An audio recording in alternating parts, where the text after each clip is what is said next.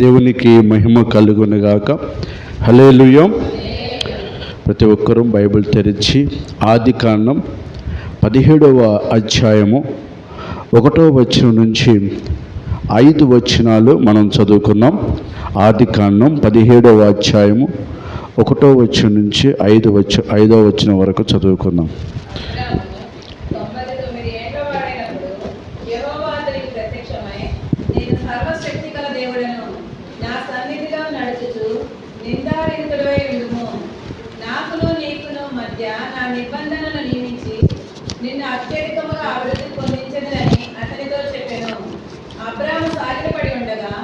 దేవుడు అతనితో మాట్లాడి, ఇదిగో నేను నియమించిన నా నిబంధన నీతో చేసి ఉన్నాను. నీవు అనేక జనములకు తండ్రి వగుదువు, మరియు ఇక మీదట నీ పేరు అబ్రాము అనబడదు. నేను అనేక జనములకు తండ్రినిగా నియమించింది కనుక నీ పేరు అబ్రహాము అనబడను. దేవునికి మహిమ కలుగునుగాక. హల్లెలూయా.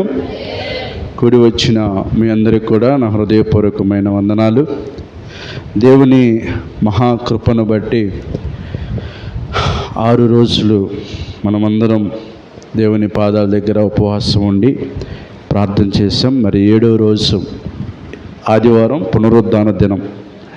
దేవుడు మనల్ని సజీవ లెక్కలో ఉంచి మరొక రోజు ఆయన నామాన్ని మహిమపరుచుకునే భాగ్యతను దేవుడు మనకు అనుగ్రహించాడు. దేవునికి స్తోత్రం చేద్దామా? హల్లెలూయా.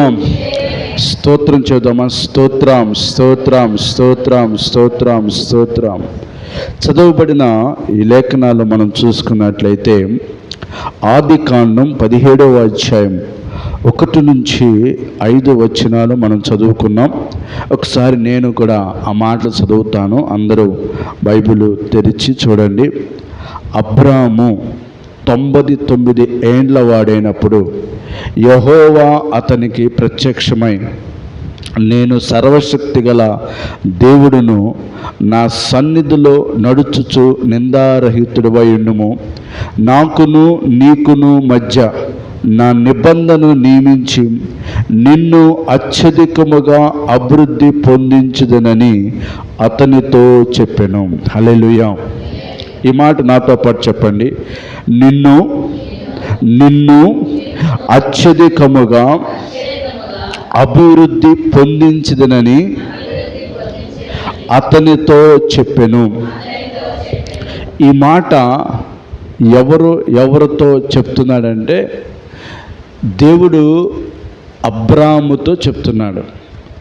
ఏమంటున్నాడంటే, నేను సర్వశక్తి గల దేవుడును, నేను నీతో ఒక నిబంధన చేస్తున్నాను. నేను నా సన్నిధిలో నీవు నిందారహితుడిగా ఉన్నావు కాబట్టి నేను నీతో ఒక నిబంధన చేసి ఏం చేస్తానంటే నిన్ను అత్యధికముగా అభివృద్ధి పొందించెదను. హల్లెలూయా. దేవుడు మనలను కూడా అత్యధికముగా అభివృద్ధి పొందించునుగాక. యేసుక్రీస్తు నామములో ఈ రోజు నుండి ఒక నూతన ఆశీర్వాదాలతో మనను నింపబడునుగాక. ఈ 7వ రోజు ఆశీర్వాదముతో దేవుడు మనను దీవించాలనే ఆశ కలిగి ఉన్న మాట మనం చదువుకుంటున్నాం. ఆనాడు అబ్రాముతో అంటున్నాడు, నిన్ను అత్యధికముగా, కొంచెము కాదు, కొద్దిగా కాదు, అత్యధికంగా నిన్ను అభివృద్ధి చేస్తానని చెప్తూ అబ్రాహాము 3వ వచనం సాగిలపడి ఉండగా దేవుడు అతనితో మాట్లాడుతున్నాడు అబ్రాహాముతో. ఇదిగో నేను నియమించిన నా నిబంధన నీతో చేస్తున్నాను. నీవు అనేక జనములకు తండ్రి వగుదువు, మరియు మరియు ఇక మీదట నీ పేరు అబ్రాము అనబడదు. నిన్ను అనేక జనములకు తండ్రిగా నియమించి తిని గనుక నీ పేరు అబ్రహాము. మొదటిగా వాళ్ళ నాన్న పెట్టిన పేరు ఏంటంటే అబ్రాము. దేవుడు పెట్టిన పేరు ఏంటంటే అబ్రహాము. అబ్రహాము అనే పేరు ఎప్పుడైతే దేవుడు పెట్టాడో ఆ రోజు నుంచి దేవుడు అంటున్నాడు, నిన్ను అనేక జనములకు తండ్రిగా నియమించుతున్నాను, నీ ద్వారా రాజులు పుట్ట పుట్టబోతున్నారు, నీవు అనేక జనములకు తండ్రి అవుతావు, నేను నిన్ను అత్యధికంగా అభివృద్ధి పొందించదను అని దేవుడు అబ్రహాముతో అంటున్నాడు. ఈ మాట చెప్పేటప్పుడు అబ్రహాముకి ఆయనకు కొద్ది గొప్ప సంపాదన కొద్ది గొప్ప ఉన్నది, కానీ పిల్లలు మాత్రం లేరు. అబ్రహాముకి పిల్లలు మాత్రం లేరు. కానీ అంటున్నాడు దేవుడు, నిన్ను అనేక జనములకు తండ్రిగా చేస్తాను.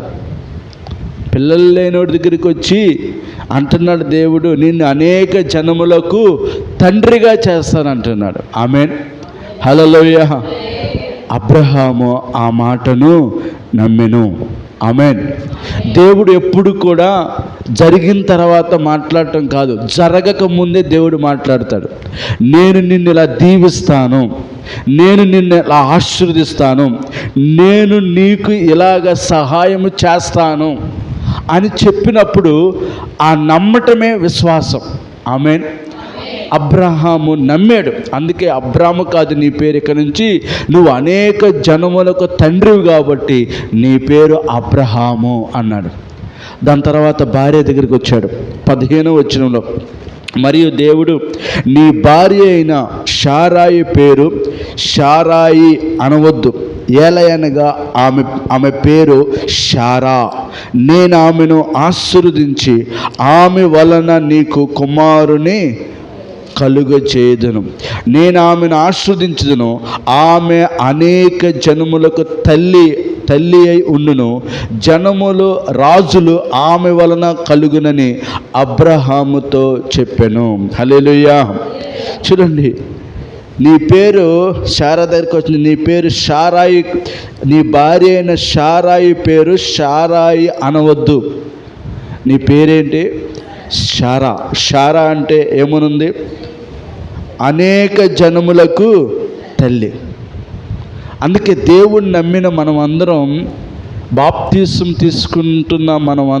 తీసుకున్న అందరము కూడా ఆయన దేవుడు ఏ పేరు మనకు పెడతాడో ఎక్కువ ఆ పేరునే మనము ఉచ్చరించుకోవాలి, పలకాలి, ఆ పేరునే పిలిపించుకోవాలి. ఆ పేరులో కూడా మనకు ఆశీర్వాదం ఉండదు. నా పేరు తెలుసా? పాత పేరు తెలీదు, వీరయ్య నా పేరు. ఇంజనీరింగ్ కూడా వీరయ్య. 10th క్లాస్ నుంచి నాకు చిరాకేసింది, ఏంటి పేరు వీరయ్య. ఆ పేరు పెళ్ళుట ఫ్రెండ్స్ కూడా చాలా చండాలంగా పిలుస్తున్నారు, అరే అదే ఇదిరా అది పిలుస్తున్నారు. నేను అనుకున్నాను, ప్రభు అప్పుడు నేనంత ప్రభు ఇంకా గట్టిగా నమ్ముకోవాలి, నా పేరు మార్చుకోవాలి తప్పని ఎప్పుడు ఉండేది. ఎప్పుడైతే ప్రభు దగ్గరికి వచ్చానో, బాప్తీసం తీసుకున్నానో, నాకు పాస్టర్ గారు పేరు పెట్టారు. ఆ పేరేంటి తెలుసా? స్టీఫెన్. హల్లెలూయా. స్టెఫను, తెలుగులో స్టెఫను, ఇంగ్లీష్లో స్టీఫెన్ అంటారు. ఆ పేరు తగ్గట్టుగానే దేవుడు వాడుకుంటున్నాడు. హల్లెలూయా. ఆ పేరు నా సర్టిఫికేట్లో లేదు, కానీ నా ఆధార్ కార్డులో అదే పేరు, బ్యాంక్ అకౌంట్ అదే పేరు, పాస్పోర్ట్ అదే పేరు, అన్నీ కూడా అదే పేరు. దేవునికి స్తోత్రం. హల్లెలూయా. ఎందుకంటే వీరయ్య కాదు, వీరయ్య అయిపోయాడు, ఇంకా సమాధి చేయబడ్డాడు, ఇప్పుడు స్టీఫెన్గా మార్చబడ్డాడు. అందుకే పేరులో ఏముంది అని మాత్రం మనం అనుకోవద్దు. యాకోబును దేవుడు ఏం చేశాడు? ఇశ్రాయేలుగా మార్చాడు. ఇంకా మనం విగ్రహారాధన పేరు పెట్టి పిలుచుకోవద్దు. దయచేసి ఈ రోజు నుంచి అయినా మారండి. మీకు ఏమైనా పేర్లు పెట్టాగా? నేను బాప్తీసం ఇస్తున్నాను, మీకు పేర్లు పెట్టాను. పెట్టకపోతే అడగండి, నేను పెడతాను. దయచేసి ఆ పేర్లు పెట్టి పిలుచుకోండి, మాట్లాడండి. ఇంకా ఆ అంకాయమ్మ, పొల్లాయమ్మ, ఆ గంగాయమ్మ, ఆయమ్మ, దేవతమ్మ, ఈ దేవతమ్మ పిలుచుకోబోకండి. ఆత్మీయంగా కూడా మంచిది కాదు. స్తోత్రం. ప్రభువు నమ్ముకున్న వారు ప్రభువు నమ్ముకున్న పేరు మాత్రమే పిలవాలి. గట్టిగా చప్పుడు కొట్టి దేవుడిని మహిమపరచండి. సైనిస్తున్నాడు, గట్టిగా చప్పుడు కొట్టమని. హల్లెలూయా. స్తోత్రం చేద్దాం. హల్లెలూయా. అందుకే మా పిల్లలకి ప్రారంభంలో మార్చేశాను. ప్రారంభంలోనే దేవుని బిడ్డల పేరు పెట్టి ఇక బాప్తిసం తీసుకున్నా కూడా అదే పేరు. ఎందుకంటే ఆత్మీయంగా అదే పేరు, మంచి పేరు. దేవుని బైబిల్లో నా ఆత్మీయ సంబంధమైన మీనింగ్ సంబంధించిన పేర్లే పెట్టాను. దేవునికి స్తోత్రం, హల్లెలూయా. ప్రియమైన దేవుని బిడ్డలారా, మనం గమనించాలి, పేరులో ఏముందని అనుకోకూడదు, కానీ పేరు ద్వారా కూడా మనకు ఆశీర్వాదం వచ్చింది. ఆనాడు అబ్రాము అంతే, అబ్రాము పిలిచి, నిన్ను అత్యధికంగా ఆశీర్వదిస్తాను, నిన్ను అనేక జనము తండ్రిగా చేస్తాను, ఇక నీ పేరు అబ్రాము కాదు అబ్రహాము. హల్లెలూయా. 3 పేర్ల 3 అక్షరాల 4 అక్షరాలు అయిపోయింది, అబ్రహాము అయిపోయింది. షారాయి దగ్గరికి వచ్చి, షారాయి గొడ్రాలు, షారాయి ఒక మాట చెప్పండి గయ్యాలితనం, అలాంటి స్త్రీ కలిగిన ఆమెతో అంటున్నాడు, నువ్వు షారాయి కాదు, నీ పేరు షారా, అనేక జనములకు తల్లి వగుతావు, నీ ద్వారా అనేక జనాలు వస్తారు, రాజులు వస్తారు అంటున్నాడు. ఆమేన్, హల్లెలూయా. కాబట్టి ఈరోజు దేవుడు అబ్రహాముతో మాట్లాడుతున్నట్టుగా మనతో కూడా దేవుడు మాట్లాడుతున్న మాట ఏంటంటే, నిన్ను అత్యధికంగా అభివృద్ధి పొందించుదును. ఎగ్జాక్ట్గా అన్న మాట ప్రకారం నిబంధన చేసినట్టుగా దేవుడు అబ్రహామును దీవించాడు, అత్యధికంగా ఆశీర్వదించాడు. మరొక మాట చదవండి, ఆదికాండం 1:28. ఆదికాండం 1:28.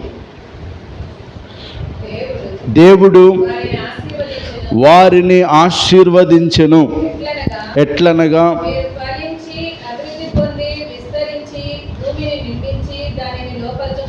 ఆమేన్, హల్లెలూయా. చూడండి, దేవుడు సృష్టి ప్రారంభ దినములో కూడా దేవుడు ఏం చెప్పాడు తెలుసా? ఆదాము అవ్వను ఎలా దీవించాడు తెలుసా? మీరు ఫలించి అభివృద్ధి పొందండి. ఆమేన్, చెప్పండి, ఏం చేయాలంట? మీరు ఫలించండి, అభివృద్ధి చెందండి.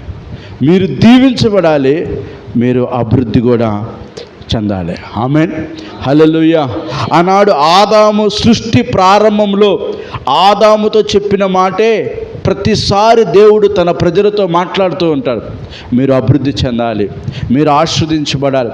లోకస్తులే అసలు ఆశీర్వదించబడవలసింది ఎవరంటే తెలుసా? ప్రభువు నమ్మిన వారు బహుబలముగా ఆశీర్వదించబడాలి, గొప్పగా అభివృద్ధి చెందాలి. ఇది దేవుని చిత్తం. దేవుని చిత్తం ఏమైందంటే మీరు ఫలించాలి, అభివృద్ధి చెందాలి. మీరు గొడ్రాలుగా ఉండటం దేవుని చిత్తము కాదు. మీరు అనారోగ్యతలుగా దీర్ఘకాలంగా అనారోగ్యాలుగా ఉండటం దేవుని చిత్తము కాదు. సమస్యలతో వలయాల్లో, అప్పుల ఊబిలో జీవితాంతం అదే పరిస్థితి ఉండటం దేవుని చిత్తము కాదు. హల్లెలూయా. ఎలాంటి రోగినైనా దేవుడి దగ్గరికి వచ్చినప్పుడు స్వస్థపరిచి పంపాడే కానీ మళ్ళీ అదే రోగంతో ఇంటికి పంపించాడా? పంపించలా. 38 సంవత్సరాలైనా 18 సంవత్సరాలైనా దీర్ఘకాలి వ్యాధి అయినా ఈరోజు మరి ఎందుకు స్వస్థపడలేకపోతున్నారు, ఈరోజు ఎందుకు దీవించబడలేకపోతున్నారంటే దానికి కారణం ఏంటి తెలుసా? ద్వితీయోపదేశకాండం 8:1 చదవండి. ఎందుకు అభివృద్ధి చెందటం లేదు, ఎందుకు ఫలించటం లేదు, ఎందుకు స్వస్థపరచబడతలేదంటే ద్వితీయోపదేశకాండం 8:1 మీరు బ్రతికి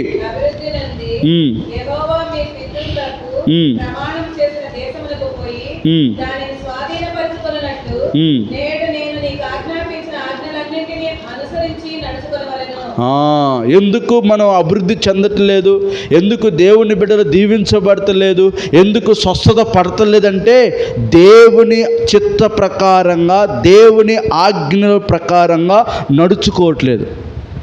హల్లెలూయా. రీజన్ అదే. ఈరోజు చాలామంది ఆశీర్వదించబడలేకపోవటానికి కారణం, అభివృద్ధి చెందలేకపోవడానికి కారణం, పడలేకపోవడానికి కారణం ఆయన ఆజ్ఞలను పాటించలేకపోవటం, ఆజ్ఞల ప్రకారంగా నడవలేకపోవటం. ద్వితీయోపదేశకాండం 28:1 ఏముండి తెలుసా? వినండి. మీరు నా మాట విని శ్రద్ధగా ఆలకించి ఇవి మీరు చేసిన ఎడల నీ గర్భఫలము దీవించబడును, నీ భూఫలము దీవించబడును, నీ చేతి పని దీవించబడును, నీ కష్టార్జితం దీవించబడును, నువ్వు వెళ్ళేప్పుడు దీవించబడతావు, వచ్చేటప్పుడు దీవించబడతావు, నడుచుకుంటున్నప్పుడు దీవించబడతావు, పని చేసేటప్పుడు దీవించబడతావు, అనేక మందికి నువ్వు ఆశ్రదకరంగా ఉంటావు. 14వ వచనం నుంచి ఏమంటాడు తెలుసా? నువ్వు నా మాట వినలేదు కాబట్టి ఇదిగో ఈ రోగము, ఈ సమస్య, ఈ బాధ నీకు వచ్చింది అని ద్వితీయోపదేశకాండం 28వ అధ్యాయంలో ఇశ్రాయేలుతో దేవుడు చెప్తాడు. హల్లెలూయా. కాబట్టి ప్రియమైన దేవుని బిడ్డారా, దేవుని చిత్తం ఏమై ఉందంట? నువ్వు అభివృద్ధి చెందాలి, అత్యధికంగా దీవించబడాలి. నీ స్థితి మొదట కొద్దిగా ఉండునను తుదకు అది మహాభివృద్ధి. చూడండి, దేవుణ్ణి నమ్మిన తర్వాత కూడా ఇంకా చిన్న స్థితిలోనే ఉండకూడదు. దేవుని దగ్గరికి వచ్చిన తర్వాత నేను మహా అభివృద్ధి చెందాలి. లోబడుతున్నప్పుడు, దేవుని చిత్తాన్ని మనం విధేయత చూపుతున్నప్పుడల్లా దేవుడు మనల్ని ఆశీర్వదిస్తూ ఉంటాడు, అభివృద్ధి చేస్తూ ఉంటాడు. అది ఒకసారి రాకపోయినా క్రమక్రమంగా దేవుడు ఏం చేస్తాడంట? దీవిస్తాడు. ఇదే మాట మరలా నోవాహుతో చెప్పాడు. చూడండి, ఆదికాండం 9వ అధ్యాయం 1వ వచనం. ఆదికాండం 9వ అధ్యాయం 1వ వచనం.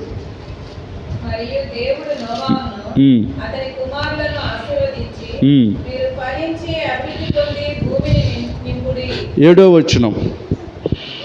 మీరు ఫలించి అభివృద్ధి నందుడి, మీరు భూమి మీద సమృద్ధిగా సంతానము కని విస్తరించుడని వారితో చెప్పెను. జలప్రలయం వచ్చిన తర్వాత సమస్తము ప్రజలు చనిపోయిన తర్వాత మిగిలిన వారు ఎవరంటే నోవాహు కుటుంబం మాత్రమే. వారితో దేవుడు అంటున్నాడు, మీరు ఫలించి అభివృద్ధి పొంది భూమిని నింపండి. అందుకే చంద్రబాబు నాయుడు గారు నింపమంటున్నాడు. మీరు ఒకళ్ళిద్దరు కాదు, నలుగురు కదండి, ఒక్కొక్కరికి 25,000 ఇస్తానంటున్నాడు.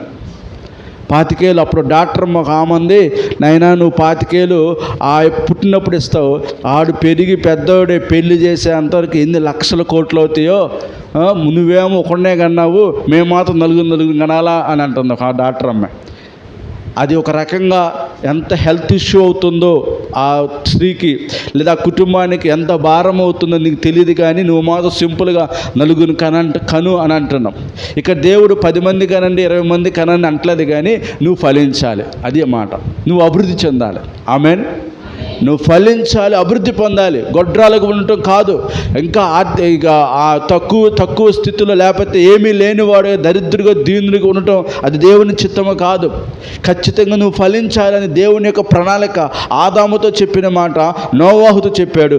నోవాహుతో చెప్పిన మాట అబ్రహాముతో ఒక నిబంధన చేశాడు. ఏమన్నాడంటే, నువ్వు అత్యధికంగా ఏం చేస్తాను? అభివృద్ధి చేస్తాను అన్నాడు.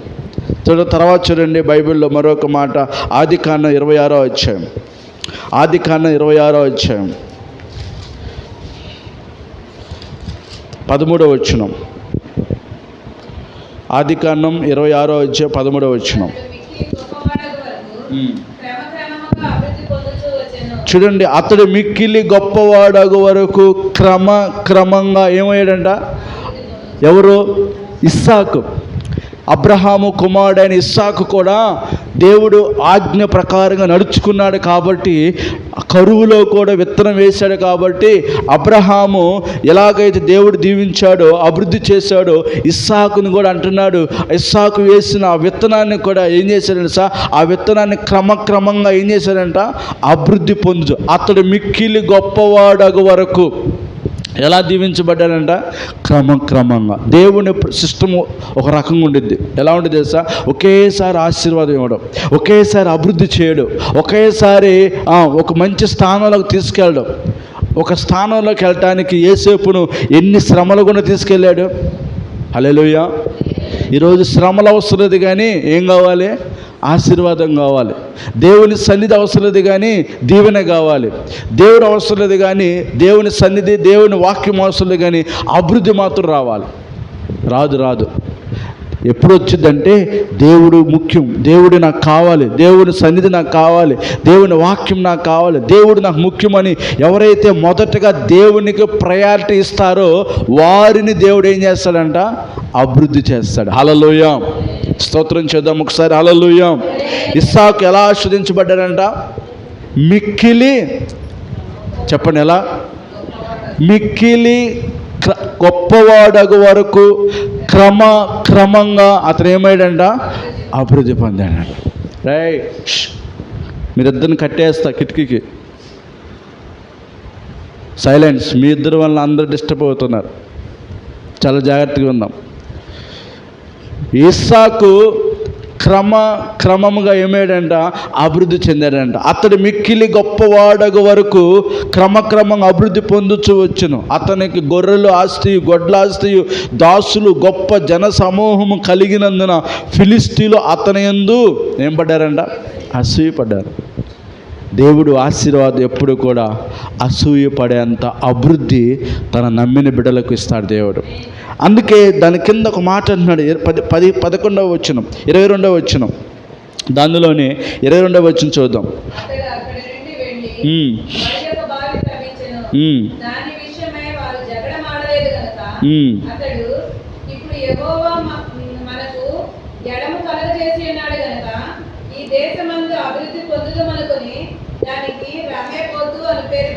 చూడండి, ఇక్కడ అంటున్నాం కదా, ఇస్సాకు బావులు తవ్వుతూ పూడిపోయిన తన తండ్రి ఏర్పాటు చేసిన బావులు పూడిపోయిన బావులు తవ్వి నీళ్లు తీస్తూ సమృద్ధిగా వాటర్ కావాలి, వాటర్ వస్తే పంటలు పండుతాయని బావులు శుభ్రం చేస్తూ ఉంటుంటే శత్రువులు వచ్చి బావులు ఏం చేస్తున్నారంటే పూడ్చివేస్తున్నారు.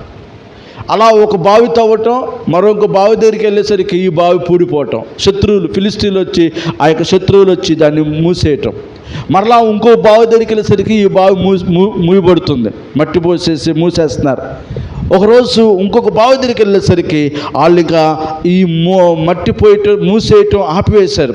అప్పుడు ఇస్సాకు అన్నాడు కదా, అతడు అక్కడి నుండి వెళ్ళి మరొక బావి తవ్వించును, దాని విషయమే వారు జగడమాడలేదు కనుక అతడు ఇప్పుడు యెహోవా మనకు ఎడమ కలుగు చేసిన కనుక ఈ దేశమందు అభివృద్ధి పొందుదును అనుకుని దానికి రెహబోత్, చెప్పండి హల్లెలూయా.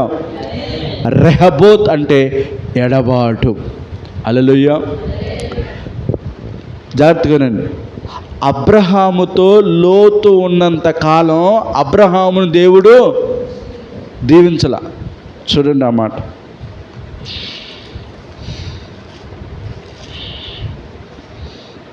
పదమూడవ వచనం, 14వ వచనం.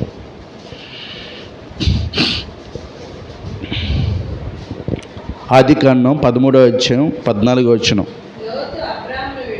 లోతు అబ్రామును విడిచిపోయిన తర్వాత యెహోవా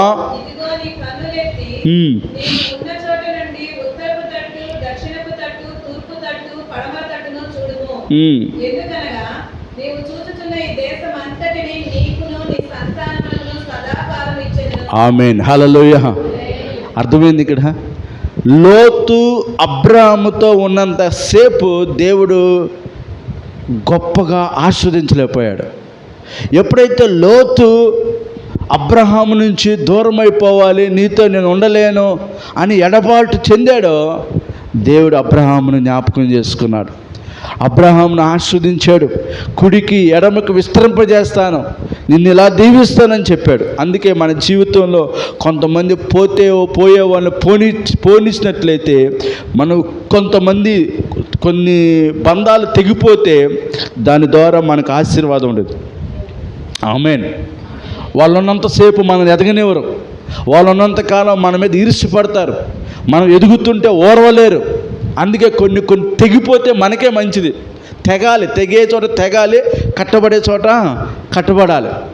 అందుకే కొన్ని తెగినప్పుడు నువ్వు ఏడవగొద్దు, బాధపడొద్దు, మౌనంగా ఉండాలి అంతే. దేవునికి స్తోత్రం చెప్పుకోవటమే. ఆ తర్వాత దేవుడు ఆశీర్వదిస్తాడు. దేవుడు యాకోబుతో ఎప్పుడు మాట్లాడే తెలుసా? యాకోబు చుట్టూ చాలా జనసమూహములు, పిల్లలు అందరూ ఉన్నారు. ఏశావు తెల్లారైతే యాకోబును చంపాలనుకుంటున్నా వస్తున్నాడు. ఈ విషయం యాకోబు తెలిసింది. యాకోబు ఏం చేశాడు తెలుసా? జతలుగా గుంపులుగా ఎదురుగా అందరిని పంపించేసి ఒక్కడే మిగిలిపోయాడు. ఒక్కడే మిగిలిన తర్వాత అప్పుడు దేవుడు ఏం చేశాడు? యాకోబుతో ఆ రాత్రి మాట్లాడాడు.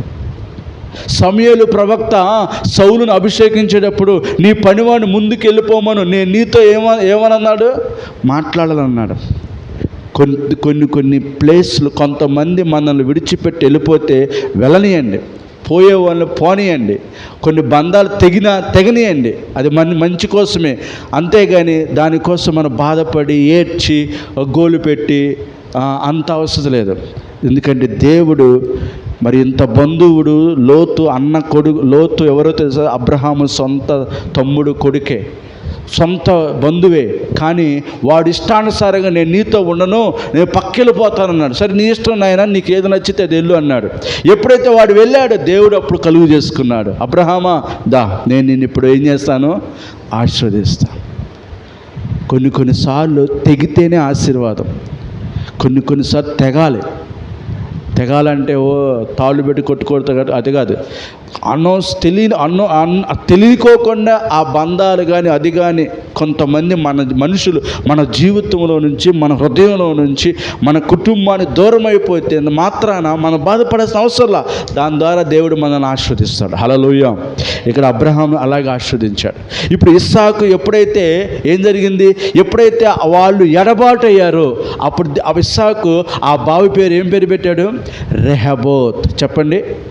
అక్కడ ఆ ఎడబాటు అయిన స్థలాన్ని పేరుకి ఏం పేరు పెట్టాడంటే రెహబోత్. యేసు నామములో అలాంటి రెహబోత్ నీ జీవితంలో, నా జీవితంలో జరుగునుగాక. హల్లెలూయా. ఆ ఎడబాటు మనకే మంచిది. ఆ ఆశీర్వాదం రావాలంటే ఆ ఎడబాటు అవసరం. అప్పుడు ఇస్సాకుని ఏం చేశారంట? ఆ ఇస్సాకు అన్నాడు, దేవుడు నాకు ఎడబాటు కలుగు చేసిన గనుక ఈ దేశమందు అభివృద్ధి పొందెదను. ఎప్పుడైతే ఎడబాటు వచ్చిందో అప్పుడు ఇస్సాకు ఏమంటున్నాడు? ఈ దేశంలో నాకు ఏమొచ్చింది అంటున్నాడు? చెప్పాలి ఏమొచ్చిందంట? అభివృద్ధి. హల్లెలూయా. మరొక మాట చూద్దాం. ఆదికాండం 30వ అధ్యాయం. ఆదికాండం 30వ అధ్యాయం 43వ వచనం. ఆ ప్రకారము ఆదికాండం 30వ అధ్యాయము 43వ వచనం చదవండి. దానికంటే ముందు 43 చదవండి, దాని తర్వాత చదువుదాం.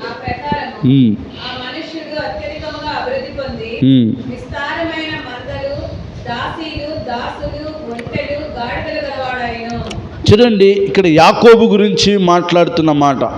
ఆ ప్రకారమైన ఆ మనుషులంటే యాకోబు అత్యధికంగా అభివృద్ధి పొందాడంట. మామగారి దగ్గరికి ఎలా వెళ్ళాడు తెలుసా? ఒక మాట ఎక్కడుంది ఆ మాట అంటే, నేను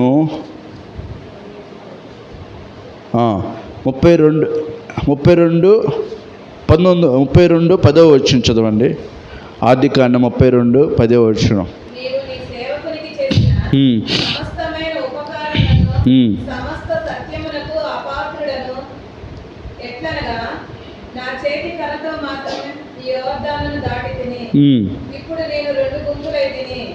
నా చేతి కర్రతో మాత్రమే. మీరు చెప్పే వర్సెస్ ఏంటి?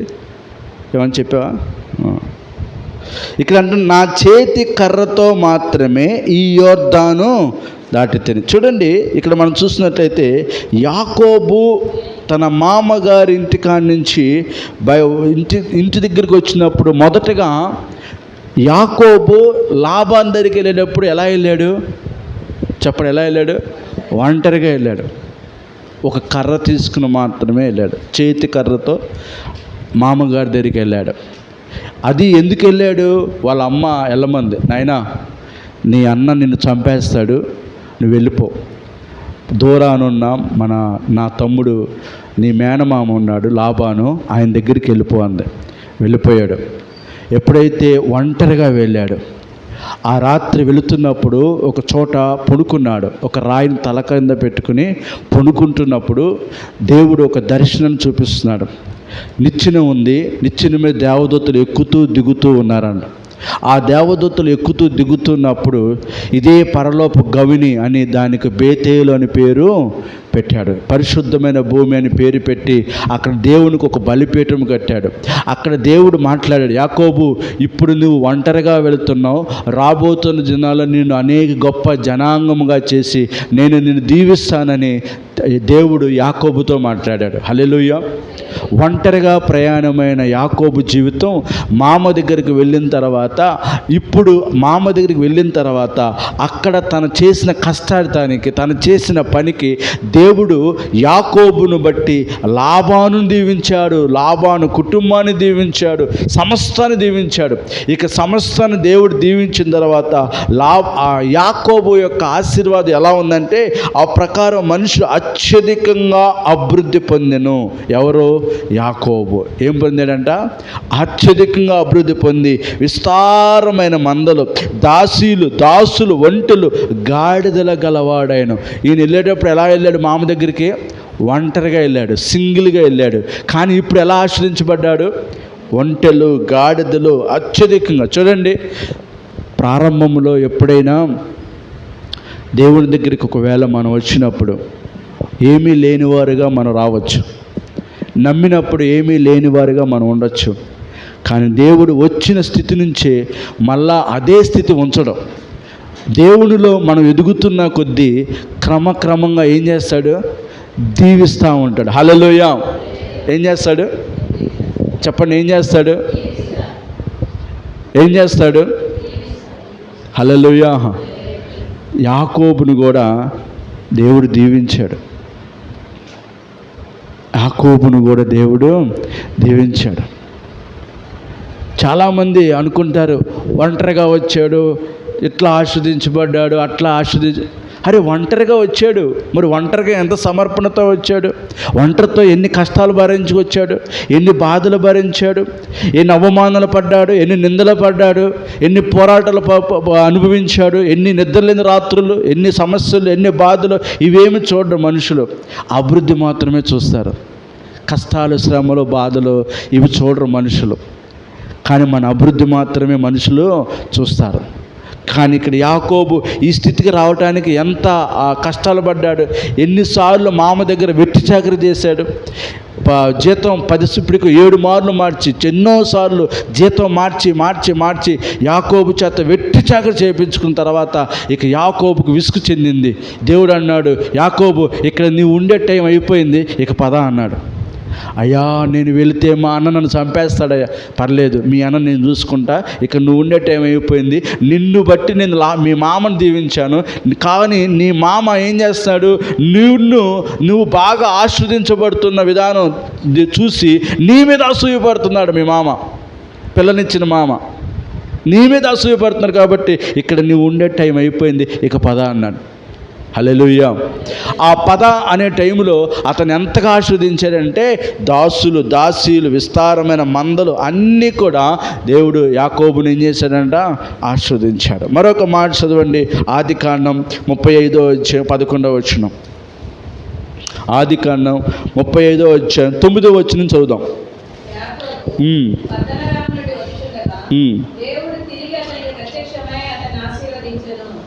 అప్పుడు దేవుడు అతనితో, నీ పేరు యాకోబు, ఇక మీదట నీ పేరు యాకోబు అనబడదు, నీ పేరు ఇశ్రాయేలు అని చెప్పి అతనికి ఇశ్రాయేలు అని పేరు పెట్టెను.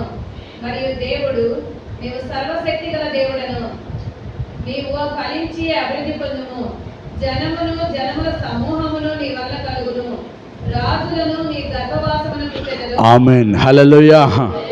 ఇక్కడ దేవుడు చెప్తున్నాడు, ఈ పేరు యాకోబు కాదు, నీ పేరేంటి? ఇశ్రాయేలు. కాబట్టి నేను నిన్నేం చేస్తాను తెలుసా? నువ్వు ఫలించి, సర్వశక్తి గల దేవుడు నీకు చెప్తున్నాను, నువ్వు ఫలించి అభివృద్ధి పొందుము, జనముల సమూహమును నీ వల్ల కలుగును, రాజులు నీ గర్భవాసమున పుట్టెదరు. హల్లెలూయా. 12 మంది యాకోబు ద్వారా, 12 మంది సంతానం, 12 గోత్రాలు దేవుడు ఒక క్రియేట్ చేశాడు యాకోబు ద్వారా. ప్రారంభంలో యాకోబుకు పిల్లలు లేరు, యాకోబుకు మొదటి భార్యకు పిల్లలు లేరని మరొక ఆమెను చేసుకోమని, ఆమెకు పిల్లలు లేకపోతే పని వాళ్ళకు, అలా మొత్తం 12 మంది 12 మందిని దేవుడు యాకోబుకి ఇచ్చాడు. హల్లెలూయా. చివరికి వాళ్ళ ద్వారా సంతానం అట్లా అభివృద్ధి చెంది చివరికి ఆస్తి, గొడ్లు, గాడిదలు, మేకలు అన్నీ కూడా ఎంత సమృద్ధి చెందాడంటే నీ ద్వారా జనాలను, నీ గర్భవాసున రాజులు పుడతారు అన్నాడు. నిజంగా దేవుడు ఆ యొక్క యాకోబు ద్వారా రాజులే పుట్టారు. ఆ యోధా గోత్రపు రాజుల ద్వారా యాకోబు ద్వారా పుట్టిన గోత్రం యోధా గోత్రం. ఆ యోధా గోత్రం పుట్టిన వాడే ప్రభు అయిన యేసుక్రీస్తు. హల్లెలూయా, హల్లెలూయా. కాబట్టి ఈరోజు దేవుడు అంటున్నాడు, నిన్ను అత్యధికంగా అభివృద్ధి పొందించుతాను. దానికి వారు చేసి వినండి, వీళ్ళు చేసిన పని ఏంటంటే నోవాహు అయినా, అబ్రహాం అయినా, ఇస్సాక్ అయినా, యాకోబు అయినా వీళ్ళు చేసిన పని ఏంటంటే ఇంతగా అభివృద్ధి చెందటానికి కారణం ఏంటి తెలుసా? వాళ్ళందరూ దేవుని ఆజ్ఞ ప్రకారంగా నడుచుకున్నారు. ద్వితీయోపదేశకాండం 8:1 అదే అన్నారు, మీరు బ్రతికి అభివృద్ధి పొందినట్లు నేను మీకు ఇచ్చిన ఆజ్ఞలను మీరు పాటించండి, నడుచుకొని అన్నాడు. దాని తర్వాత మరొక మాట మనం చదువుకుందాం. ఆదికాండం 41:52. ఆదికాండం 41:52. తరువాత అతడు, నాకు బాధ కలిగిన దేశమందు దేవుడు నన్ను అభివృద్ధి పొందించిన రెండవ వానికి ఎఫ్రాయిము అని పేరు పెట్టెను. ఐగుప్తు దేశం చాలండి, మొదటి కూడా ఇక్కడ చదువుకుందాం. 51వ వచనం చదువు. అప్పుడు యోసేపు, దేవుడు నా సమస్త బాధను నా తండ్రి ఇంటి వారిని అందరినీ నేను మరిచిపోనట్టు చేసినని చెప్పి తన జ్యేష్ఠ కుమారునికి మనిషే అని పేరు పెట్టిన తర్వాత అతడు నాకు బాధ కలిగిన దేశమందు దేవుడు నన్ను అభివృద్ధి పొందించదని చెప్పి రెండవ వానికి ఎఫ్రాయిము అంటే అభివృద్ధి. హల్లెలూయా, హల్లెలూయా. మనిషి అంటే మరుచుట. దేవునికి స్తోత్రం. హల్లెలూయా. యోసేపుకి ఎన్ని కష్టాలు వచ్చినాయి?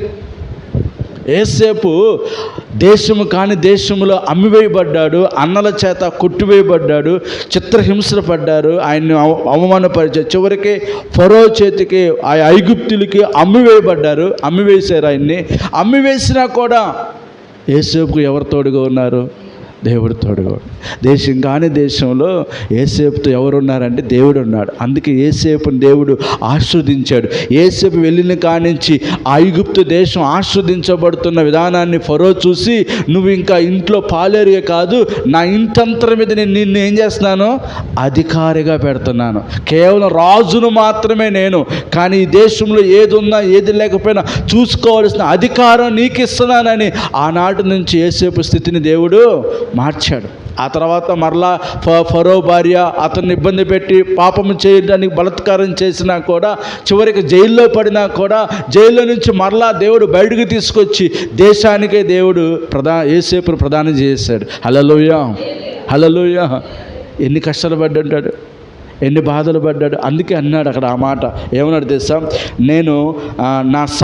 దేవుడు నా సమస్త బాధను నా తండ్రి ఇంటి వారందరూ నేను మర్చిపోనట్టు చేశానని చెప్పి తన కుమారునికి మనిషే, మొదట పుట్టిన కొడుకుకి ఏం పేరు పెట్టాడంట? మనిషే అంటే దేవుడు నా సమస్త బాధను తీసివేశాడు. దేశం కాని దేశంలో నేను బతుకుతున్నాను, ఇక్కడ వివాహం చేసుకున్నా, నాకు పుట్టిన కుమారుడు పేరు మనిషే అన్నాడు. రెండో పుట్టిన కుమారుడు పేరు ఏమన్నా?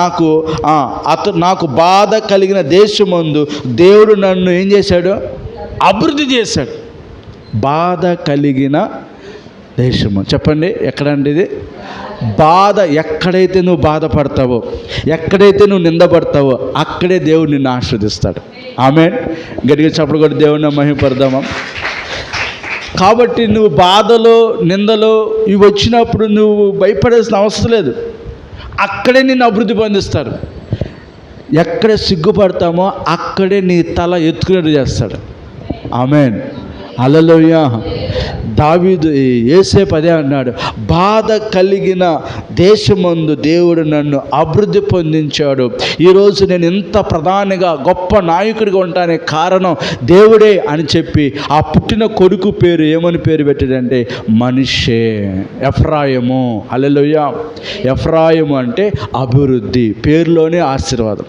చెప్పారుగా ఇందాక స్టార్టింగ్ చెప్పా, పేరు ఏ పేరైతే దేవుడు మనకు పెట్టాడో, ప్రభువు నమ్మిన తర్వాత ఎక్కువ శాతం ఆ పేరునే పిలుచుకోండి. ఆ పేరు ద్వారా నీకు ఆశీర్వాదం. ఇంకా ఆ తల్లి, ఈ తల్లి, గంగా అవన్నీ వేస్ట్. దాని ద్వారా ఒకవేళ తెలియని వాళ్ళు పిలిస్తే పలకండి, కానీ ప్రభువు నమ్మిన తర్వాత దేవుని బిడ్డలు కూడా దేవుని నమ్ముకున్న పేర్లే పిలుచుకోవాలి. ఆ పేర్లు పెట్టి మనం పిలుచుకోవాలి, కానీ ఇంకా పాత పేర్లు పెట్టి మనం పిలుచుకుంటే మనకు ఆశీర్వాదం కూడా రాదు సరిగ్గా. అందుకే దేవుడు ఏ పేరు పెడతాడు ఆ పేరు పెట్టి, ఈరోజు అక్కడ యేసేపు అదే పేరు పెట్టి మనిషే అన్నాడు. ఇప్పుడు నోవాహు, అబ్రహాము, ఇస్సాకు, యాకోబు, యోసేపు వీరందరం దేవుడు ఆశీర్వదించడానికి కారణం ఏమంటారు చెప్పాలి? వీరందరూ అంత అభివృద్ధి చెందటానికి కారణం ఏమంటారు చెప్పండి, అందరు నోటి తెరవాలి. కారణం ఏంటంటారు? వాళ్ళు దేవుని ఆజ్ఞలను పాటించారు. ఒక మాట చెప్పాలంటే ఆయన చెప్పిన పని చేశారు అంతే. ఏం చేశారు? చాలామంది దేవుడు చెప్పిన పని చేయరు, కానీ మనకు ఆశీర్వాదం మాత్రం కావాలని కోరుకుంటారు. చాలామంది భర్తలు కూడా మా స్త్రీలు అందరూ ఏం చేస్తారంటే ఆ బిడ్డలు లేకపోతే భార్య మీద నిందలు వేయటం, అత్త అయితే కోడల మీద నిందలు వేస్తారు. కానీ బైబిల్లో ఎవరంటే యాకోబు ఇస్సాకు ఏం చేశాడు తెలుసా? ప్రార్థన చేశాడు. అయ్యా మాకు బిడ్డలను, నా భార్య ప్రార్థనకైతే చాలే అనుకుంటారు చాలామంది. నో, భర్తగా నువ్వు కూడా దేవుని మందిరానికి రావాలి. భార్యాభర్తలు కలిసి ప్రార్థన చేస్తేనే అక్కడ కార్యం జరుగుతుంది. అది గర్భఫలమైన, కుటుంబ ఆశీర్వాదమైన, బిడ్డల ఆశీర్వాదమైన, అది ఏదైనా సరే. చాలామంది వాళ్ళు వెళ్తే చాలే మేము దీవించబడ నో, ఎవరు ఆశీర్వాదం, కానీ కుటుంబ పరంగా ఆశీర్వాదం అనేది ఇద్దరు కలిసి వెళ్తేనే. ఇక్కడ దేవుడు చెప్తుంది కదా, దేవుడు యేసేపును వాళ్ళందరూ దేవుడి మాట ఆజ్ఞలను పాటించారు. యోబు గ్రంథం చూడండి 22వ అధ్యాయం. యోబు గ్రంథం 22వ అధ్యాయం 23వ వచనం.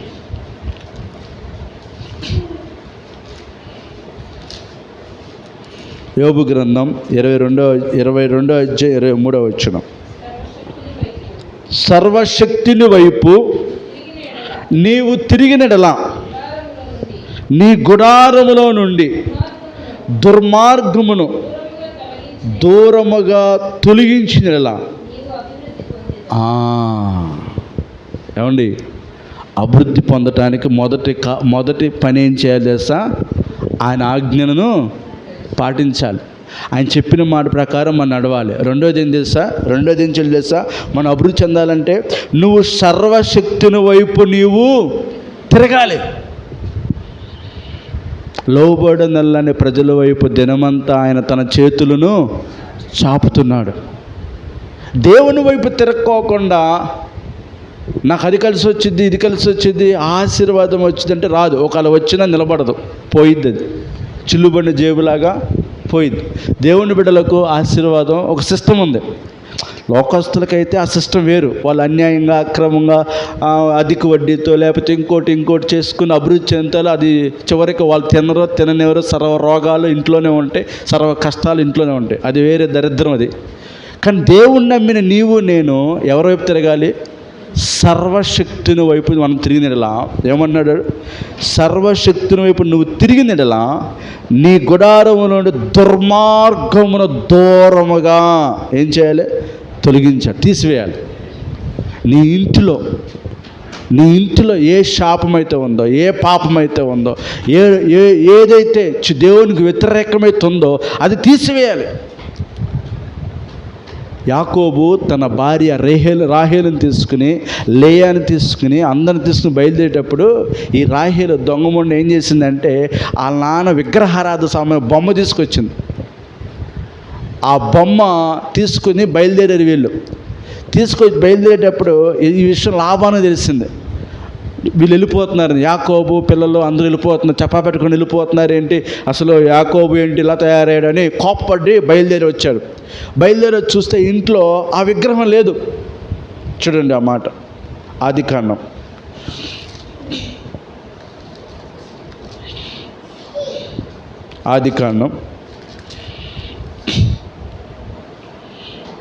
35వ అధ్యాయం 2వ వచనం, యాకోబు తన ఇంటి వారితో తన యొద్దనున్న వారందరితో మీ యొద్దనున్న అన్య దేవతలను పారవేసి మిమ్మును మీరు శుభ్రపరచుకుని మీ వస్త్రమును మార్చుకునుడి. మనము లేచి బేతేలుకు వెళుదము. నా శ్రమ దినమున నాకు ఉత్తరమిచ్చి నేను వెళ్ళిన మార్గము నాకు తోడైన దేవునికి బలిపీఠమును అక్కడ కట్టిదమని చెప్పాను. హల్లెలూయా. ఎప్పుడైతే యాకోబు అంటున్నాడు మీ ఇంటిలో ఉన్న సమస్త అన్ని దేవతలు ఏం చేయమంటున్నాడు? పారవేయమంటున్నాడు. తర్వాత దాని కింద ఒక మాట ఉంది, 31వ అధ్యాయం 34వ వచనం, రాహేలు ఆ విగ్రహమును తీసుకుని ఒంటె సామగ్రిలు పెట్టి వాటి మీద కూర్చును. కాగా లాబాను ఆ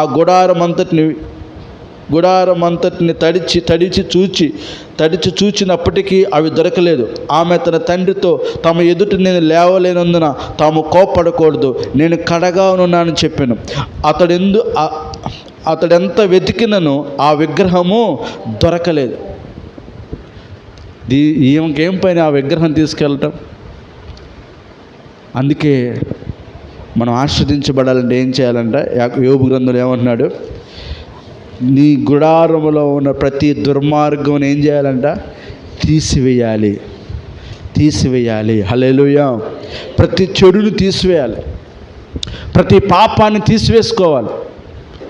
ఆశీర్వాదం రావాలంటే, అక్కడ పరిశుద్ధులైన దేవుడు నివాసం చేయాలంటే, ఆ కుటుంబం దీవించబడాలంటే ఆ గృహంలో పాపం ఉండకూడదు, పరిశుద్ధత ఉండాలి.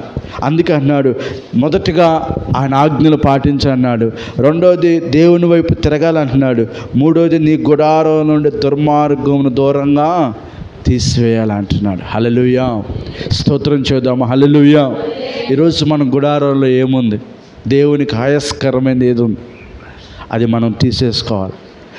గుడారం అంటే మన ఇంటిలోనైనా మన హృదయంలోనైనా మనలో కక్షలు, కోపాలు, అసూయలు, ద్వేషాలు, పగ, ఈర్ష్య, కుళ్ళు, కుట్రలు ఇలాంటి దేవునికి ఆయాస్కరమైనవి శరీర సంబంధమైన కార్యాలు ఆ మనిషిలో ఉంటే ఆ మనిషి ఏమవ్వడంటే ఆశీర్వదించబడు, అభివృద్ధి చెందడం. హల్లెలూయా. శరీర కార్యములు స్పష్టమైనవని అపోస్తలుడైన పౌలు గారు గలతీ సంఘానికి చెప్తున్నాడు. ఈ దేహములో దేవుని ఆలయం. ఈ దేహాన్ని నీవు నేను ఎప్పుడు పరిశుద్ధపరచుకోవాలి. ఎంత పరిశుద్ధపరుచుకుంటామో అంత ఆశీర్వాదం. ఆమేన్. హల్లెలూయా. అందుకే ఇక్కడ అన్నాడు, యోబు అన్నాడు, నీ గుడారంలో నుండి ఏం తీసేసేమన్నాడు? దుర్మార్గమును, ప్రతి కీడు, ప్రతి చీకటి, ప్రతి పాపము, ప్రతి శాపము యేసు నామములో ఈరోజు నిన్ను కట్టేసిన, నీ కుటుంబాన్ని కట్టేసిన ప్రతి దుర్మార్గ పాపపు కట్టు, చీకటి కట్లు అన్ని యేసు నామములో తెగిపోవునుగాక, యేసు నామములో తొలగించబడునుగాక. హల్లెలూయా. ఈరోజు చాలామంది చీకటిలో ఉంటున్నారు. వెలుగులో ఉన్నానని చెప్పుకొనొచ్చు, ఇంకా ఎక్కడున్నారంట?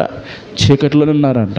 చీకటి పనులు చేస్తున్నారంట, పాపము చేస్తూ ఉన్నారంట, లోకాశలతో ఉన్నారంట. అందుకే వాళ్ళకి ఆశీర్వాదం ఉండట్లేదు. అందుకే ప్రియమైన దేవుని బిడ్డ, నువ్వు అభివృద్ధి చెందాలంటే మొదటగా దేవుని ఆజ్ఞను పాటించాలి. 2వది దేవుని వైపు తిరగాలి.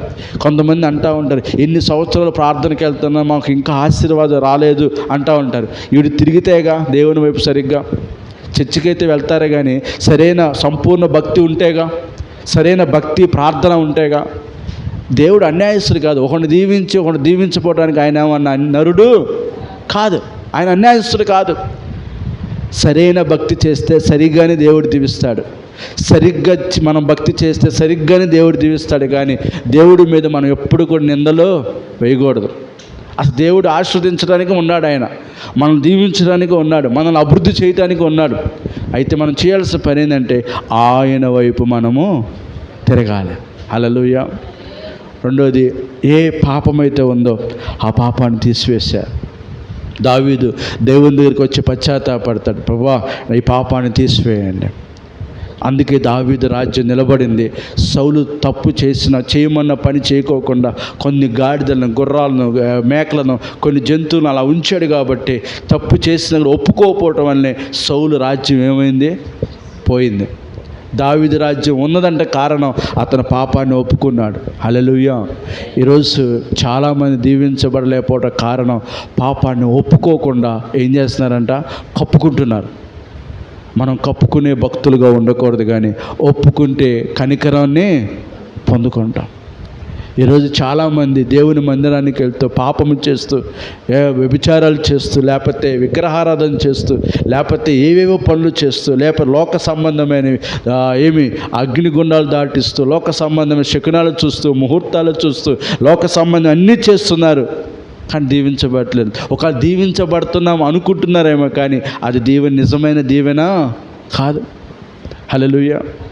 అందుకే మన గుడారాలు ఏది ఉన్నా సరే అది తీసేసుకోవాలి. అది ఉంటే అది మనకు ఆశీర్వాదం కాదు. ఇశ్రాయేలీలు చిన్న దేశాన్ని మీద యుద్ధానికి వెళ్ళారు. చిన్న దేశం ఇశ్రాయేల్ అనుకున్నారు, మేము ఈజీగా గెలిచేస్తాం అనుకున్నారు, కానీ చివరికి ఏమయ్యారు? ఓడిపోయారు. ఎందుకు మేము ఓడిపోయాం అని స్వపరీక్ష చేసుకుని యెహోషువ అంటాడు, ఏడుస్తాడు, అయ్యా ఇంత చిన్న దేశం మీద మేము ఎందుకు ఓడిపోతున్నాం, ఎందుకు ఓడిపోయాం, మేము గెలుస్తాం, చిన్న దేశం, మేము పెద్దవాళ్ళం, మేము వెళ్ళింది కూడా ఆ చిన్న దేశాన్ని కొద్దిమంది చాలే అనుకుంటే వారందరిని శత్రువులు తరిమి కొట్టారు ఇశ్రాయేల్. చివరికి కొంతమంది వచ్చి యెహోషువ చెప్తారు, అయ్యా ఆ చిన్న దేశంగా చాలా పెద్ద దేశం, మనల్ని తరిమి కొట్టారు. అదేంది, చిన్న దేశం కదా, మనం వాళ్ళని కొట్టగలుగుతాం కదా, మనం వాళ్ళని చంపగలుగుతాం కదా, ఎందుకు జరిగింది ఇలా? కానీ యెహోషువ ప్రార్థన చేస్తుంటే యెహోషువ దేవుడు చెప్తాడు, మీ వాళ్ళు కొన్ని చెడు పనులు చేశారు, అందుకే ఆ దేశం మీద వాళ్ళు ఏమయ్యారు? ఓడిపోయారు. అప్పుడు యెహోషువ పిలుస్తాడు, అందరిని లైన్లో పెడతాడు. అది యెహోషువ గ్రంథంలో ఉన్నది. అందరిని లైన్లో పెడతాడు, దయచేసి చెప్పండి ఎవడేం తప్పు చేశాడంటే ఆ మాట ఒకసారి చూడండి. ఆ మాట యెహోషువ గ్రంథం.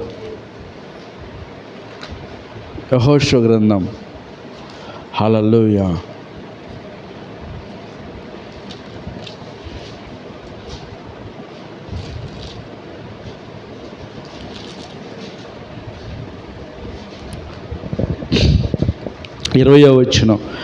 ఏడవ అధ్యాయం 20 వచనం. ఆకాను యెహోషువతో, ఇశ్రాయేలు దేవుడు యెహోవాకు విరోధంగా నేను పాపము చేసినది నిజము.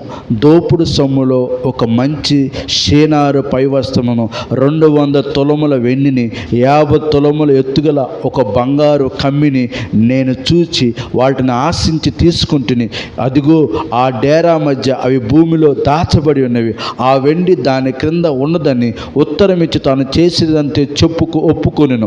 అప్పుడు యెహోషువ దూతలను పంపగా వారు ఆ డేరా యొద్దకు పరిగెత్తి చూచినప్పుడు అది డేరాలో దాచబడినను, ఆ వెండి దాని క్రిందను. కాబట్టి వారు డేరా మధ్య నుండి వాటిని తీసుకుని యెహోషువ యొద్దకు, ఇశ్రాయేలు యొద్దకు తెచ్చి యెహోవా సన్నిధిని ఉంచిరి. తర్వాత యెహోషువ ఇశ్రాయేలు అందరినీ, జెరహ కుమారుడైన ఆకానును, ఆ వెండిని, ఆ పై వస్త్రమును, ఆ బంగారపు కమ్మిని, ఆకాను కుమార్తెను, ఎద్దులను, గాడిదను, మందను, డేరాను, వాడిని కలిగి సమస్తను పట్టుకుని ఆకోరులోకి తీసుకుని వచ్చింది. అప్పుడు యెహోషువ, నీవేళ మమ్మల్ని బాధపరిచితివి, నేడు యెహోవా నిన్ను బాధపరచునగా ఇశ్రాయేలు అందరూ వాడిని రాళ్లతో చావగొట్టిరి.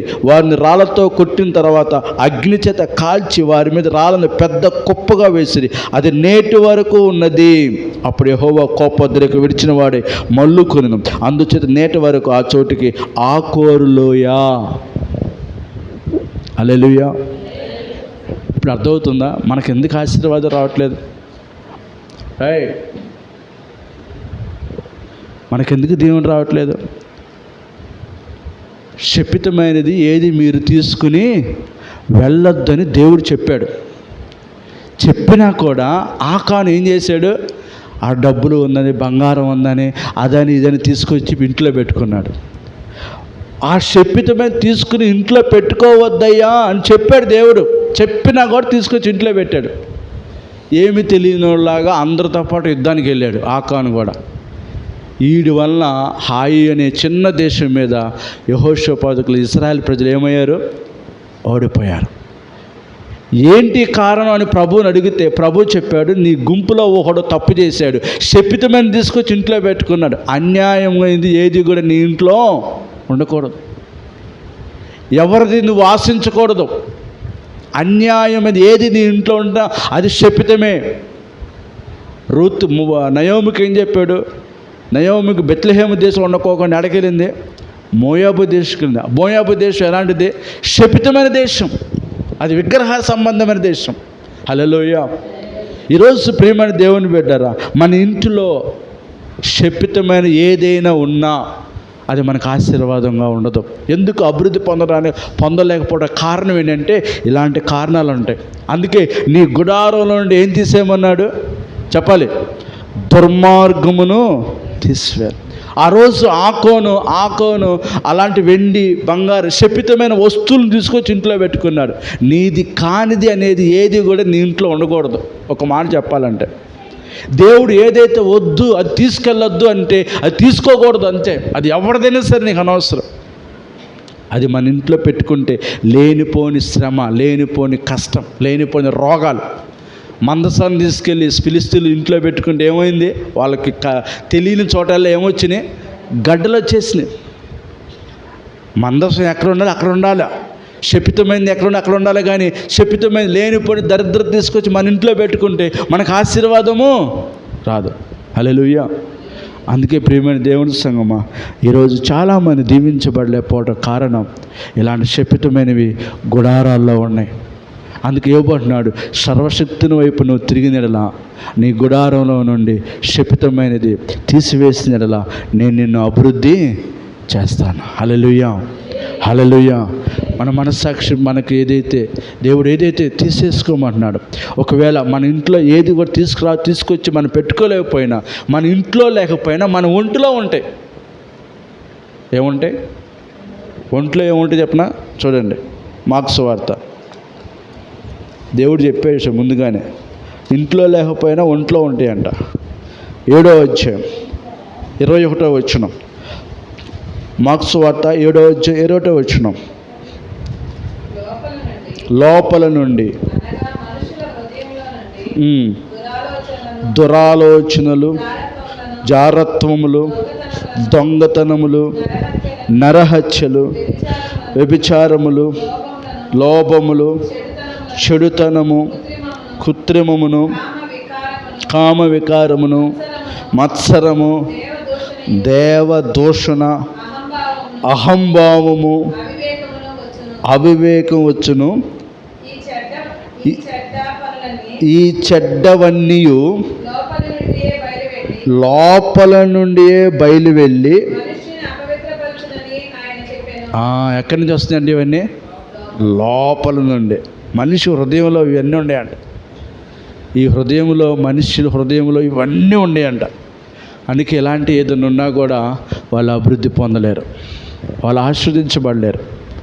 అందుకే ఎవ్రీడే మనము ఎలాగైతే మన బాడీని, మన శరీరాన్ని, మన పళ్ళును, మన ముఖాన్ని, మన శరీరాన్ని ఎలాగ శుభ్రం చేసుకుంటూ ఉంటామో మన హృదయాన్ని కూడా దేవుని రక్తంతో, దేవుని వాక్యం చేత ఏం చేయాలంట?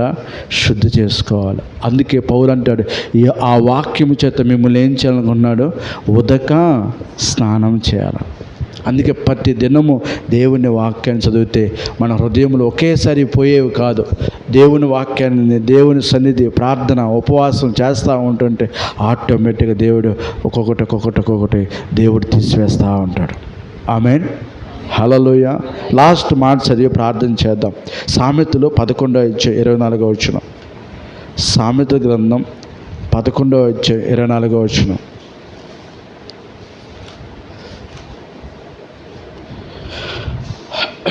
పదకొండవ అధ్యాయం 24వ వచనం.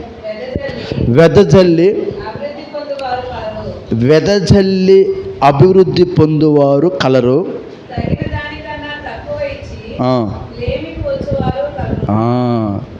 మహాజ్ఞాని చెప్పిన మాట ఇది. సొలొమోను మహాజ్ఞాని. వెదజల్లి అభివృద్ధి పొందువారు కలరు. నీ శక్తి వంచన లేకుండా ఎప్పుడు కూడా నీ చెయ్యి ఇచ్చేదిగా ఉండాలంట.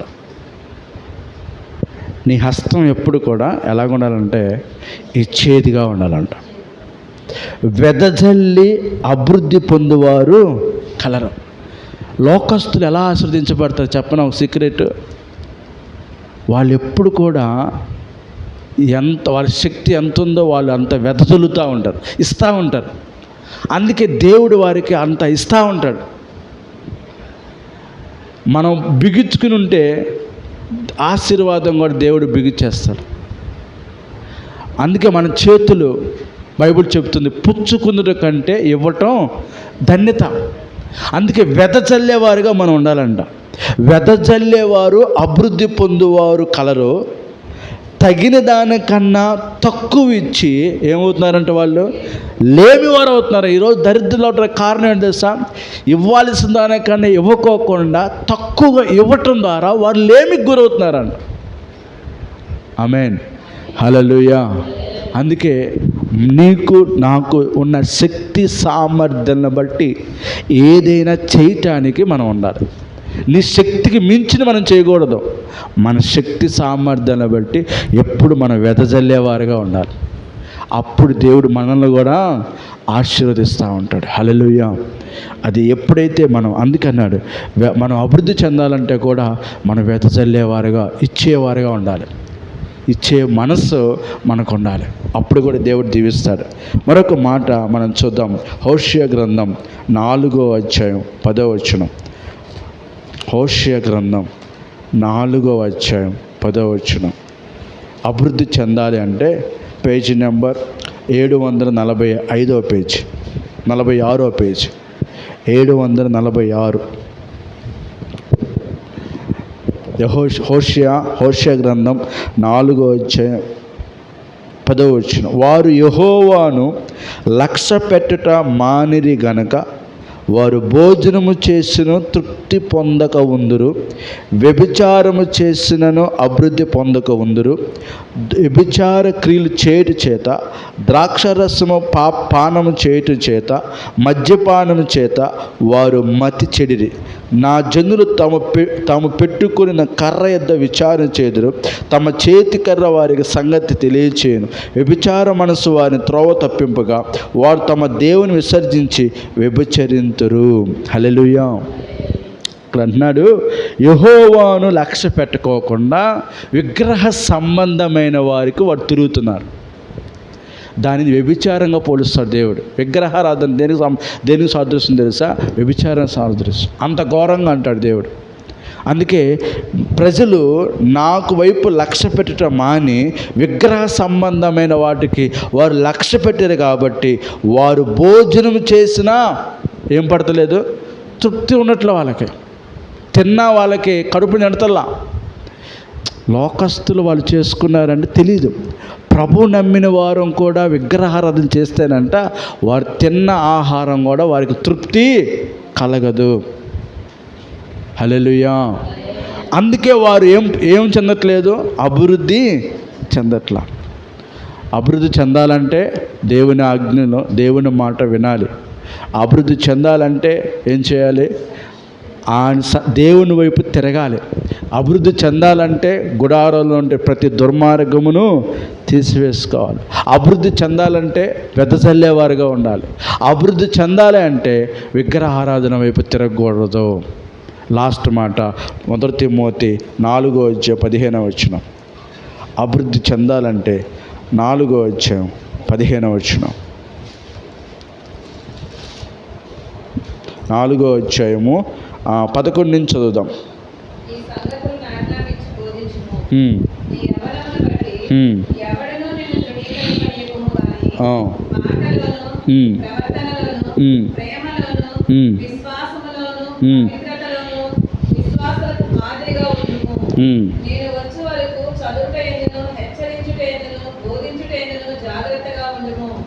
పెద్దలు హస్త నిక్షేపణము చేయగా ప్రవచన మూలమున నీకు అనుగ్రహింపబడి నీలో ఉన్న వరమును అలక్ష్యము చేయకుము. మీ అభివృద్ధి అందరికీ తేటగా కనబడు నిమిత్తము వీటిని మనస్కరించుము. వీటి అందే సాధకము చేసుకొనుము. నిన్ను గూర్చియు నీ బోధన గూర్చియు జాగ్రత్త కలిగి ఉండుము. వీటిలో నిలకడగా ఉండుము. నీవిలాగు చేసి నిన్నును నీ బోధ వినువారిని రక్షించుకొనుము. ఆమేన్, హల్లెలూయా. చూడండి, అపోస్తలుడైన పౌలు గారు తిమోతి అనే సేవకుడితో చెప్తున్న మాట. నాయనా, నేను చెప్పే మాట చాలా జాగ్రత్తగా ఉండు. నువ్వు యవ్వనస్తుడు. నీ యవ్వనాన్ని బట్టి ఎవడు నిన్ను తృణీకరించుకోకుండా నీ మాటలో, ప్రవర్తనలో, ప్రేమలో, విశ్వాసంలో, పవిత్రతలో విశ్వాసులకు మాదిరిగా ఉండుము. హల్లెలూయా. మనమందరము ఒకరికొకరు ఎలా ఉండాలంటే మాదిరిగా ఉండాలి. మాటలో, ప్రవర్తనలో, విశ్వాసంలో సేవకుడు కూడా అందరితో మాదిరిగా ఉంటూ నేను వచ్చే వరకు నువ్వేం చేయాలి? చదువుటయందు, వాక్యం చదువుటయందు, ప్రజలకు వాక్యాన్ని హెచ్చరించటయందు, బోధించు జాగ్రత్తగా. పెద్దలు హస్త నిక్షేపణ ప్రవచన వరం నీలో ఉన్నది, ఆ వరాన్ని నువ్వు అలక్ష్యం చేయబాకు. నీ అభివృద్ధి అందరికి తేటగా కనపడు నిమిత్తం వీటిని మనస్కరించము, వీటి అందే సాధకం చేసుకో. అభివృద్ధి పొందాలంటే ఇదిగో ఇవి చేస్తూ ఉండు. ఆటోమేటిక్గా నువ్వేమవుతావంటే అభివృద్ధి అవుతూ ఉంటావు. హల్లెలూయా. వీటి యందు నువ్వు ఎక్సర్సైజ్ చేయి, సాధకం చేయి. వీటి యందు నువ్వు నిలకడగా ఉండు. ఖచ్చితంగా నువ్వేమవుతావంటే నీ అభివృద్ధి అందరికీ ఏమవుతుంది? తేటగా కనబడుతుంది. యేసు నామములో నీ అభివృద్ధి అందరికీ తేటగా కనపడునుగాక. గుర్తుపెట్టుకోండి, మన ప్రార్థనకు వచ్చినా కూడా అభివృద్ధి చెందట్లేదంటే ఎక్కడో ఏదో లోపం కొడుతున్నట్లు లెక్క. ఆ లోపాన్ని మనం సరి చేసుకుంటే ఖచ్చితంగా మనల్ని క్రమక్రమంగా ఏం చేస్తాడు? దీవిస్తాడు. ఇంకా ఆ లోపాన్ని తీసేసుకోకుండా, మనం అభివృద్ధి చెందుకోకుండా, దేవుడి నామానికి అవమానకరంగా లోకస్తులు మనల్ని ఇవి చర్చికెళ్తా ఇంకా వెళ్ళి ఇలా ఉన్నారు అలా ఉన్నారు అని వాళ్ళ చేత మనం అనిపించుకోకుండా ఉండాలంటే మనం ఆత్మీయంగా కరెక్ట్గా మనం నడుచుకోగలిగితే, ఖచ్చితంగా వాటి ఏందో మనం సాధకం చేసుకోగలిగితే నీ అభివృద్ధి అందరికీ ఏమవుతుందంట? తేటగా కనబడుతుంది. హల్లెలూయా. నా అభివృద్ధి, నీ అభివృద్ధి గురించి మనం చెప్పాల్సిన అవసరంలా. మన యొక్క జీవన శైలియే ప్రజలకు ఏమవుతుందంటే దేవుడు వారిని దీవించాడు, దేవుడు వారిని దీవించాడు, దేవుడు వారిని ఆశీర్వదించాడు. బైబిల్లో అనేక సార్లు ఏమనుందంటే వారు ఆశీర్వదించబడటం చూసి వాళ్ళు చెప్పుకోవాలా, పక్కన వాళ్ళు చెప్పారు. యేసేపుకు దేవుడు తోడై ఉన్నాడు కాబట్టి యేసేపు అంతకంతకు వర్ధిల్లును. దావీదుకు దేవుడు తోడై ఉన్నాడు కాబట్టి దావీదు అంతకంతకు వర్ధిల్లును. హల్లెలూయా. కాబట్టి ఈరోజు మనం ప్రార్థన చేద్దాం. ఏ విషయంలో మనం ఇంకా అభివృద్ధి చెందట్లేదు? ఎక్కడైనా లోపాలు ఉన్నాయా? ఏ విషయంలోనైనా మనలో లోపాలు ఉన్నాయా? ఏ విషయంలో మనం సరి చేసుకోవాల్సిన విషయాలు ఏమైనా ఉన్నాయా? మనల్ని మనం మార్చుకోవాల్సిన విషయాలు ఏమైనా ఉన్నాయా? ఈరోజు మనం ప్రార్థించదు. ఎందుకంటే నువ్వు అభివృద్ధి చెందాలని దేవుని చిత్తం. నేను అయితే ఈరోజు ఇప్పటికిప్పుడు మన అభివృద్ధి అవ్వలేదని బాధపడద్దు. కానీ దేవుని సిస్టమ్ ఏంటంటే క్రమక్రమంగా దీవిస్తాడు. ఆ క్రమక్రమంగా దేవుడు దీవిస్తాడు. కాబట్టి మనం చేయాల్సిన పని ఏంటంటే ఆయన చెప్పిన మాట ప్రకారం మనము నడవాలి. రెండోది దేవుని వైపు తిరగాలి. ఇంకా ఏ విషయం తిరగట్లేదు. రెండోది ఏ కీడు, ఏ శాపము, ఏ దోషము, ఏ పాపం మన ఇంట్లో ఏలుబడి చేస్తుందో, లేదా మన హృదయంలో ఏదైనా అన్యాయము, అక్రమం ఏదైనా ఉందేమో, ఏదైనా అసూయ, ద్వేషం, పగ, ఈర్ష్య ఏదైనా ఉందేమో, అది ఏదైనా సరే ఈరోజు అది బయటకు వెళ్ళిపోవునుగాక. నువ్వు అభివృద్ధి చెందాలంటే అది నీ గుడారమైన నీ హృదయంలోనైనా నీ ఇంటిలో శపితమైన ఏది కూడా ఉండటానికి వీల్లేదు. దేవుడు దీవిస్తాడు. వెదజల్లి ఇచ్చేవాడిని దేవుడు అభివృద్ధి చేస్తాడంటున్నాడు. ఇదిగో నీ అభివృద్ధి అందరికీ కనపడాలంటున్నాడు. కాబట్టి ఈరోజు మనం ప్రార్థన చేద్దాం. అందరం కళ్ళు మూసుకుందాం. దేవుడు ఈ మధ్యాహ్న సమయం ఆయన సన్నిధిని నువ్వు అభివృద్ధి చెందాలి. నిన్ను అత్యధికంగా ఆశీర్వదిస్తానంటున్నాడు. అత్యధికంగా దేవుడు దీవిస్తానంటున్నాడు. మనం మన హృదయాలను దేవుని వైపు తిప్పుకుందాం. మన హృదయాన్ని దేవుని వైపు తిప్పుకుని ఒక 2 నిమిషాలు అందరం నోరు తెరిచి ప్రార్థన చేద్దాం. ఎక్కడ ఏ విషయంలో మనం ఎక్కడ పడిపోతున్నాం, ఏ విషయంలో దేవుని వైపు తిరగట్లేదు, ఎక్కడ మనం ఇంకా దేవునికి ఆయాసకరంగా నడుచుకుంటున్నామో ఒక్కసారి మనలో మనం పరిశీలన చేసుకుందాం. అందరూ నోరు తెరిచి ప్రార్థన చేసుకుని ఇంకా దేవుని సన్నిధిలో ఇంకా బలముగా మనం ఉండలేకపోతున్నామేమో, ఇంకా గట్టిగా ప్రార్థన చేయలేకపోతున్నామో, ఇంకా మాటలో, ప్రవర్తనలో, నడవడికలో ఇంకా ఆత్మీయంగా జీవించలేకపోతున్నామేమో. ఎక్కడ అందుకే మార్కు సువార్తలో హృదయంలో నుండి వచ్చినవి మనుషుల్ని అపవిత్రపరుస్తున్నాయి. ఒకవేళ అలాంటి హేయకరమైన అలాంటి విషయాలు ఏదైనా మన హృదయంలో దాగి ఉన్నామో, అది ఏదైనా సరే శపితమైన ఏదైనా నీ గుడారంలో ఉండకూడదు, నీ దేహంలో నా దేహంలో ఉండటానికి అది వీల్లేదు. ఈరోజు దేవుడు మనల్ని ఆశీర్వదించబోతున్నాడు. ఆశీర్వదించాలని కోరుకుంటున్న ప్రతి ఒక్కరూ కూడా ఒక 2 నిమిషాలు ప్రార్థన చేద్దాం. నేటి నుండి నిన్ను ఆశీర్వదింతుం, లెక్కలేని మేలులతో నింపెదను. నేటి నుండి నేను నిన్ను ఆశీర్వదింతు, గొప్ప ఏలులతో నింపెదను. గొప్ప జనముగా ఆశీర్వదింతు, నీ పేరు నేను హెచ్చించేదన్. ప్రార్థన చేద్దాం. గొప్ప జనముగా ఆశీర్వదింతు, నీ పేరు నేను హెచ్చించేదన్. ఆశీర్వాదముగా నిన్ను చేసేదను, ఆశీర్వాదముగా నిన్ను చేసేదను.